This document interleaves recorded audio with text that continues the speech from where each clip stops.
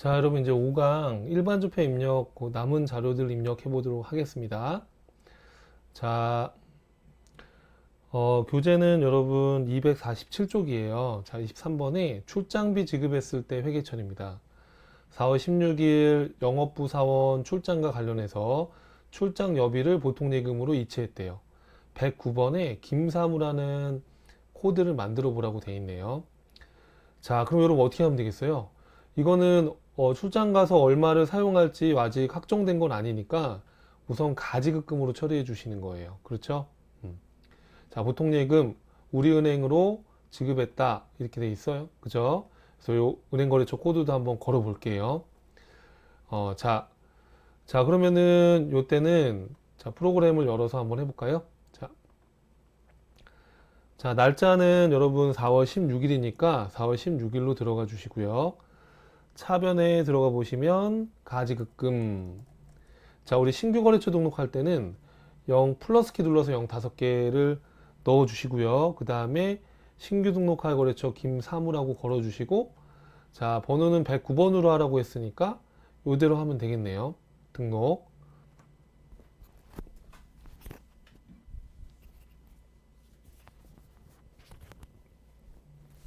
자, 적요나 이런 건 없고요. 자, 금액은 거기 보니까 20만 원이라고 돼 있어요. 자, 그리고 대변에 자, 보통예금으로 지급했다. 우리은행 거래처 코드를 걸어라 이렇게 가정했다고 해볼게요. 그럼 여기다가 우리은행. 근데 뭐 시험 문제에서 만약에 은행 코드가 안 나오는 경우들이 많아요. 그러면은 그때는 그냥 공란으로 두시면 됩니다. 자, 그 다음에 가지급금 거래처 코드 밑에 제가 메모해 놓은 것처럼 만약에 거래처 코드를 거는 게 원칙이기 때문에 이렇게 걸어 주시되 여기 보니까 거래처를 뭐 등록하라는 얘기도 없고 그리고 거래처 코드를 조회봐도 없고 그때는 안 걸어 주셔도 돼요. 근데 이렇게 그런 그런 표현이 없는 한 거는 게 원칙이에요. 그래서 김사무 조회 보면 있을 거고 만약에 없다면 등록하라는 얘기도 없다. 그러면은 뭐 등록하라고 하지 않았는데 막 등록할 수는 없잖아요. 시험장에서. 그래서 원칙은 거는 게 맞지만 주어지지 않을 때는 걸지 않을 수도 있다. 이렇게 생각하시고 연습하시면 되겠습니다. 자, 은행도 대부분 은행 거래처 코드를 제시하지 않는 경우가 많은데 만약에 제시하면 이렇게 걸어주는 게 원칙이니까 이렇게 걸어서 연습을 해주시면 되겠습니다. 지금은 연습하는 거니까요. 이런저런 말씀들을 자꾸 드리는 거예요. 자, 그 다음에 여러분 이제 페이지 그 오른쪽에 248쪽에 보시면 출장비를 정산했다 뭐 이렇게 돼 있네요. 자, 그러면은 다시 자, 출장비 정산했을 때 어떻게 할 거냐. 자, 직원이 복귀해서 다음과 같이 정산하고 차액을 현금으로 지급했다 이렇게 돼 있네요. 자, 출장비 지급한 건 20만 원이었는데 실제 출장 가서 23만 원을 써서 3만 원을 추가로 현금으로 지급해서 준 겁니다. 자, 그러면은 여기 보니까 출장 내역에 뭐 숙박비, 식비, 교통비 해가지고 나와 있네요. 자, 그럼 어떻게 하면 되겠어요? 그렇죠.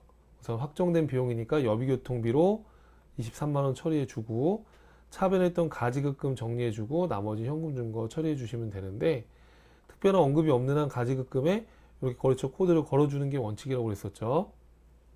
입력해 볼게요. 자, 그러면 날짜는 4월 19일이네요. 4월 19일 날 차변에 여비교통비. 자, 저도 가끔 실수하는데 이렇게 500번대라고 하시면 안 돼요. 그쵸? 우린 제조기업이 아니니까 판매비와 관리비를 쓰셔야 되는 겁니다. 자, 요 금액이 얼마냐면 23만 원. 자, 대변에 보면 가지급금. 자, 거래처는 김사무한테 줬었던 거니까 김사무라고 걸어주시면 됩니다. 자, 20만 원이죠? 자, 그리고 대변에 그렇죠. 현금 이렇게 해서 분개해 주시면 돼요. 엔터 치면 복사가 되는데 이렇게 해도 틀린 건 아닌데 현금에는 굳이 표시할 필요는 없습니다. 스페이스바 누르고 엔터 치면 지워지니까 참고해 주세요. 자, 이런 식으로 입력을 해 주시면 되는 거예요. 자, 넘겨볼까요? 자, 그 다음 문제 보겠습니다. 자, 그 다음에 또 어떤 문제가 있을까요, 여러분? 자, 임차보증금 지급했을 때 어떻게 할 거냐? 자, 상가 월세 계약을 하고 4월 21일 보증금을 보통예금으로 이체했다 이렇게 되어 있네요. 자, 110번의 정논현을 등록해서 거래처 코드를 걸으라고 되어 있네요. 보니까 임대인이 있고 임차인이 있네요. 자, 임대인이 정논현이라는 사람인가 봐요. 그리고 임차인 세입자가 우리 서울문구고. 그래서 이제 사업장을 하나 더 개설했나 봐요. 그럼 어떻게 분기하면 되겠어요, 여러분? 보증금 낸 거. 계약서에 보니까 보증금이 500이라고 나와 있잖아요. 자, 그럼 차변에 임차보증금 500, 자산의 증가, 이렇게 정노년이라고 거래처 코드를 걸어주는 겁니다. 그 다음에 보통예금. 자, 그럼 입력해 볼까요, 여러분들?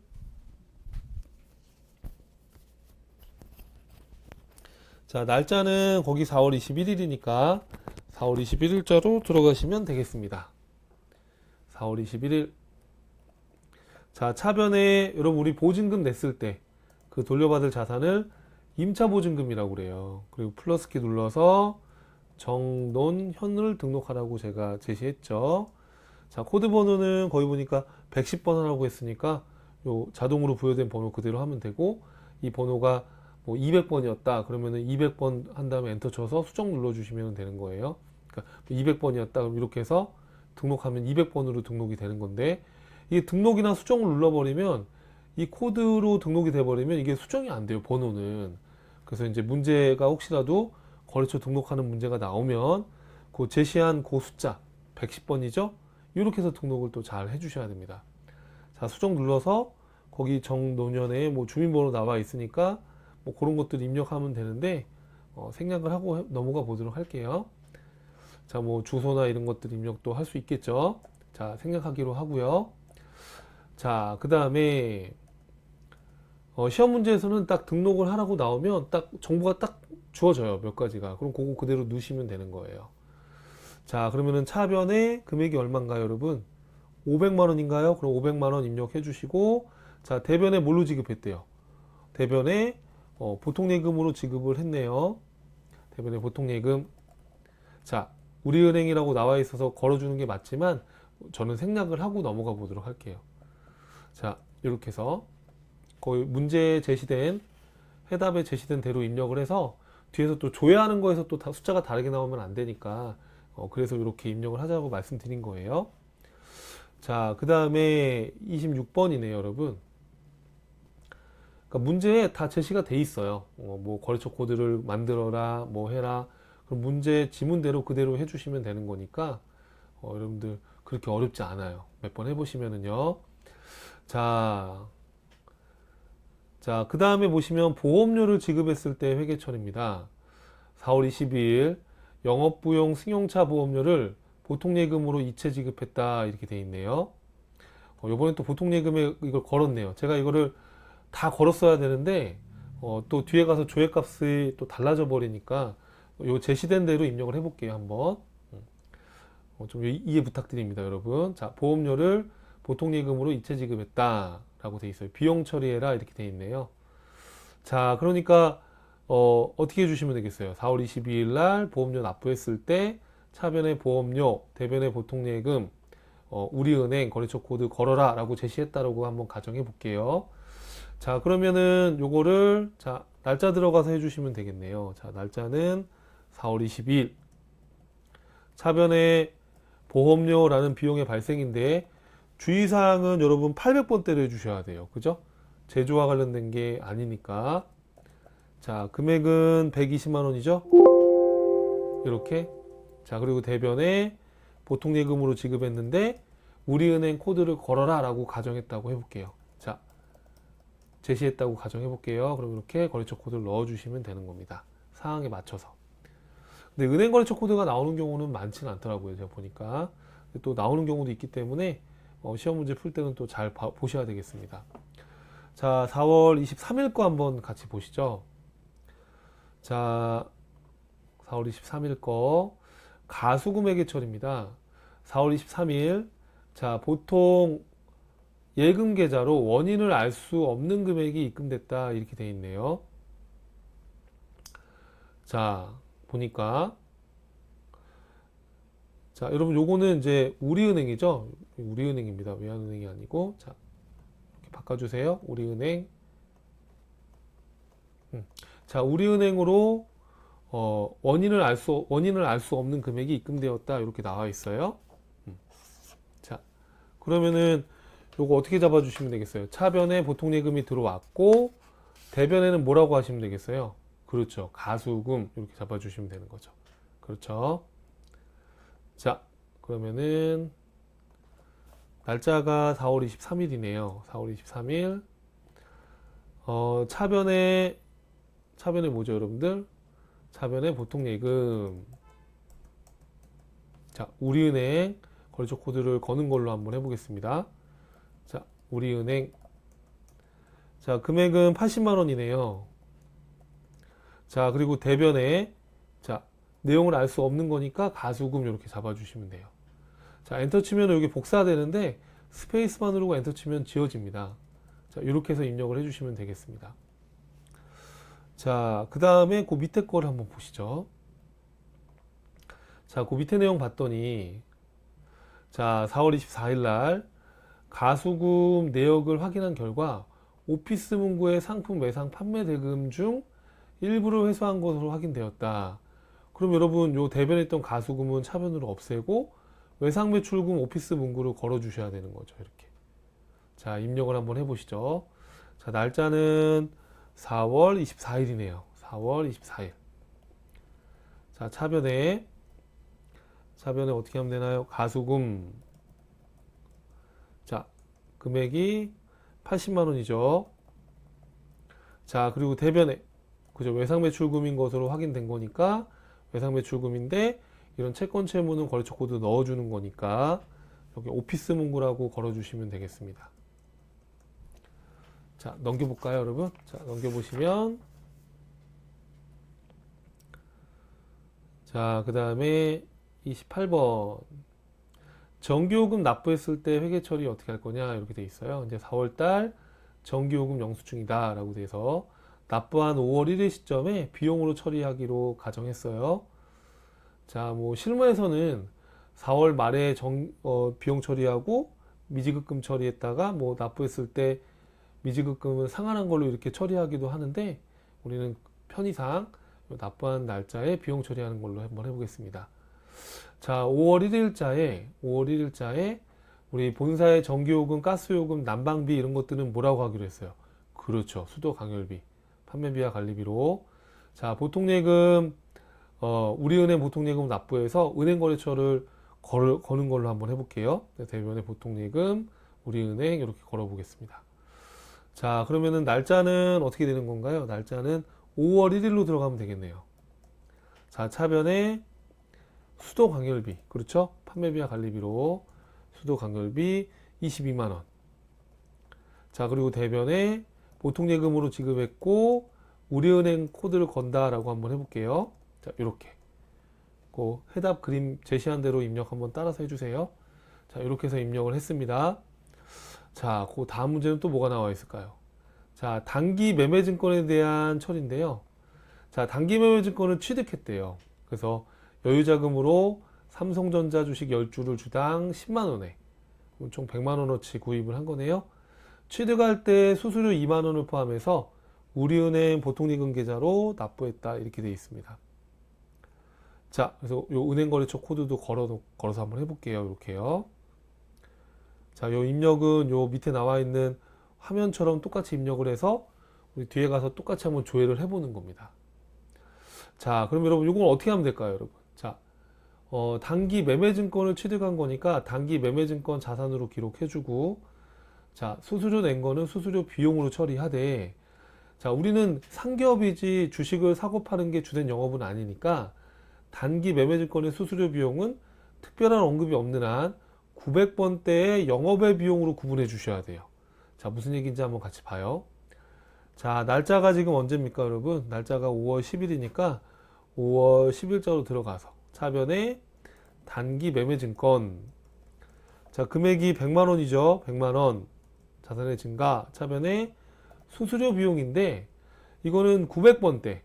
자, 우리가 900번대는 영업의 비용에 해당이 돼요. 그래서 영업의 비용으로 구분해 주셔야 되는 거예요. 자, 대변에는 뭘로 했어요, 여러분들? 보통예금. 자, 우리은행 보통예금으로 줬다고 한번 해보세요. 그럼 우리은행 이런 식으로 거래처 코드를 걸어서 입력을 해주시면 되겠습니다. 자, 넘겨볼까요? 자, 넘겨보시면 자, 그럼 단기 매매증권을 처분했을 때입니다. 자, 5월 20일 날 보유하고 있던 주식 중에 5주를 주당 13만 원에 처분하고 우리은행 보통예금 계좌로 받았대요. 이렇게. 그러면 5주에 13만 원 곱하면 65만 원이 되네요. 그럼 65만 원 보통예금 들어왔고 단기 매매증권의 한 주당 장부 금액이 10만 원이니까 5주 하면은 50만 원이 없어져야죠. 그럼 얼마 차이 나죠? 15만 원만큼 단기 매매증권 처분 이익으로 기록해 주시면 됩니다. 자, 그런데 단기 매매증권 처분 이익 계정 과목이 기본값으로 단기 투자산 처분 이익으로 등록이 돼 있어요. 그래서 요거를 단기 투자산 처분 이익 계정 과목을 단기 매매증권 처분 이익으로 계정 과목 변경해서 한번 해볼게요. 여기 밑에 해설은 메모해 놨는데, 자, 그러면은 여러분 어떻게 하면 되느냐? 요거 잠깐 밑으로 내리고, 자, 계정 과목 및 적용 등록으로 들어가서, 자, 요 코드 번호가 몇 번이냐 하면 906번이라고 설명을 제가 달아놨죠. 그래서 906번 이렇게 눌러주시면 이렇게 단기 투자산 처분 이익이라고 되어 있는데, 이거 우측 클릭해서 단기 매매증권 처분 이익으로 이렇게 해서 등록을 해서 연습을 한번 해볼게요. 자, 그 다음에 요거 닫고, 자, 어떻게 하면 되겠어요, 여러분? 자, 보시면은 날짜는 언젠가요, 여러분? 날짜가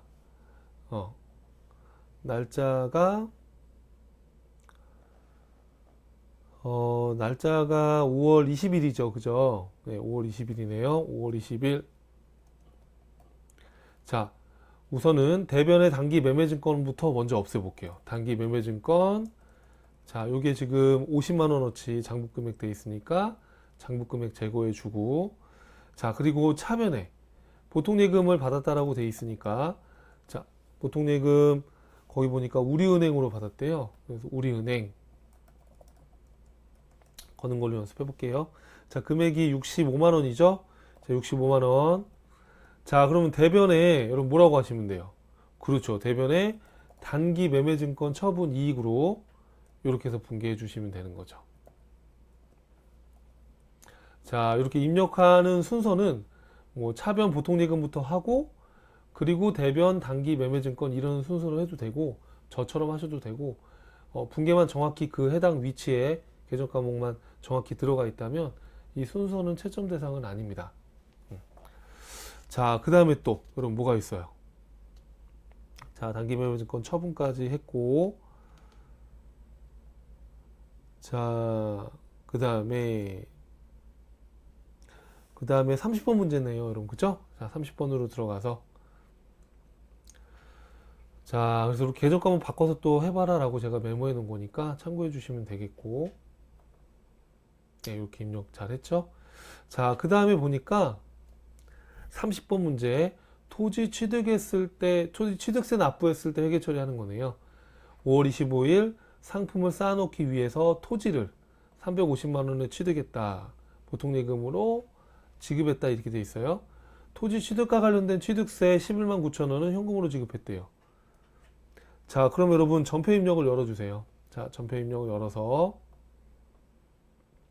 날짜가 어떻게 되죠? 날짜가? 자, 날짜가 보시면은 5월 25일이네요. 자, 5월 25일 날.